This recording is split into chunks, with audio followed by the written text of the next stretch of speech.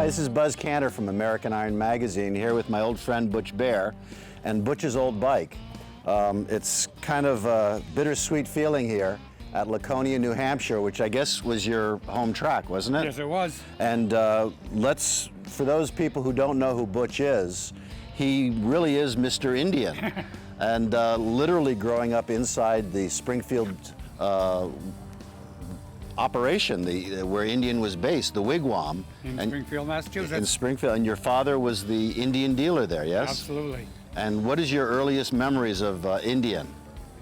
Oh God, goes way back. Goes way back when my dad was hill climbing back in the late 20s. So I was born in 27, and Fritzy was still hill climbing, and he was starting to announce. And I can remember when I was about 3 years old, what my first memory of him. 3 years old. Hill climbing, yeah. 1930. Yeah, 1930. Okay. So and then you started. He came into the factory in 1932, and the factory had lost their local dealership and had no outlet for retail dealers. So we were right in the middle of the depression and couldn't find another dealer. So they decided to allocate space in the factory building itself, open up their own dealership so they'd have a retail outlet for Indian in Springfield. Yes. And that's how they invited Fritzy in to manage it for them.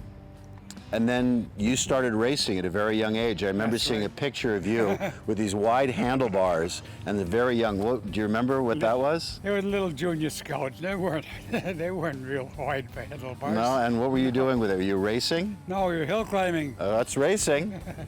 And tell us about that. So my very, very first hill climb, 11 years old. And 11 years old. Dad had given me a junior scout out of the junk room and got it up and running. And he said, so during intermission at the hill climb that the Fritzy's Romans Motorcycle Club was running, they decided they'd let me do an exhibition run in the quiet period in the middle of the day when they take a break. So I got on the starting line and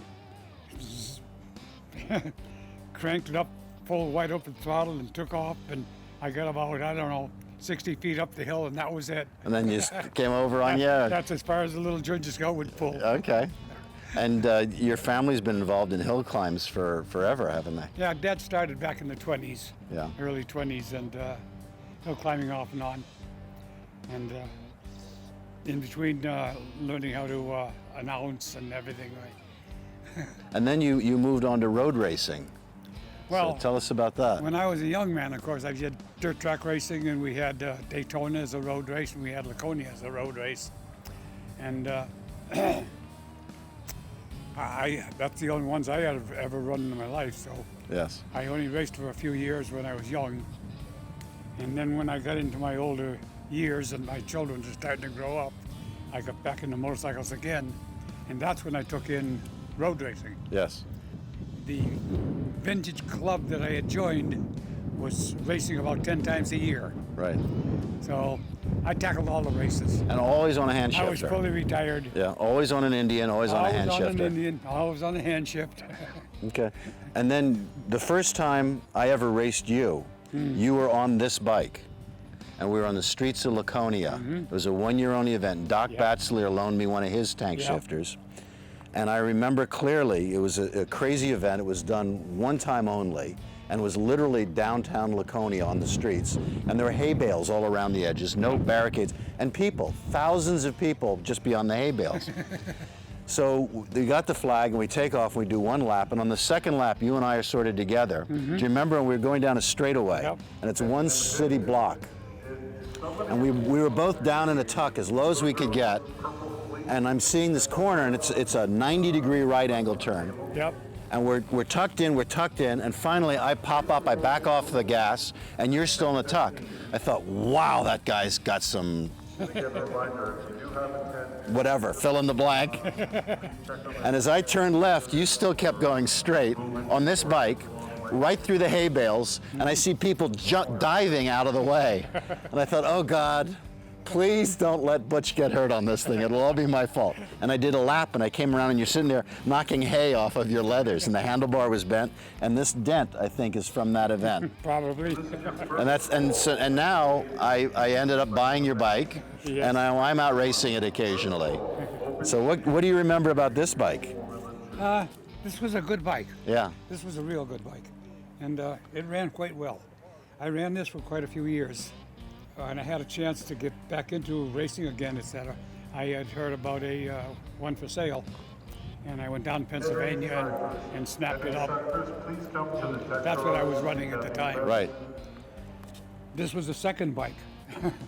I bought the frame and wheels. I bought off of Doc Batzlier at the Ohio, out to Mid-Ohio race meet. Who's here racing with us this weekend? That's true. He's here this weekend, and it was a good buy. I paid him $1,000. I paid you a little more than that. Why is that? I put an engine in it. And let's walk us through it. I'm assuming a lot of the people watching the video really don't know much about hand shifting or foot clutching. You want to hop on it and walk us through it a little bit, or Sure, or point, or? Well, on an Indian, of course, it's a foot clutch. So the foot clutch is down here, and it's a toe heel, but this. Yep. Yep. So when you get into the turns, of course, you gotta push the clutch in. You gotta shift it to the gear you want. Back to the hand shift. And go. Get out of the turn. Back to the clutch again. Back to the hand shift. So a track like Laconia, you're probably downshifting 4 times a lap, huh? I'm doing it twice. Twice a lap. Twice I do it, one coming out of the bowl Yep. into the back hill, and I do it one coming back onto the bowl. To the home stretch. Yep. Yep. So. Don't you do it again going into the first turn down here? No, I can hold third. You can get third gear. Yeah. It's a 3-speed. Yeah, I used to do that too on this track. Terrific. But that's a very, very interesting bike. It's a wonderful bike. So do you have anything else you want to tell the viewers from American Iron Magazine? No, I am 89 years old now and fully retired and just working on my road job now. Excellent. Well, More racing. Butch, thank you very much. We appreciate your time and You're all that you've welcome. done for the Indian sport and the hobby. This is Buzz Kanter from American Iron Magazine, AIMAG.com, saying thank you.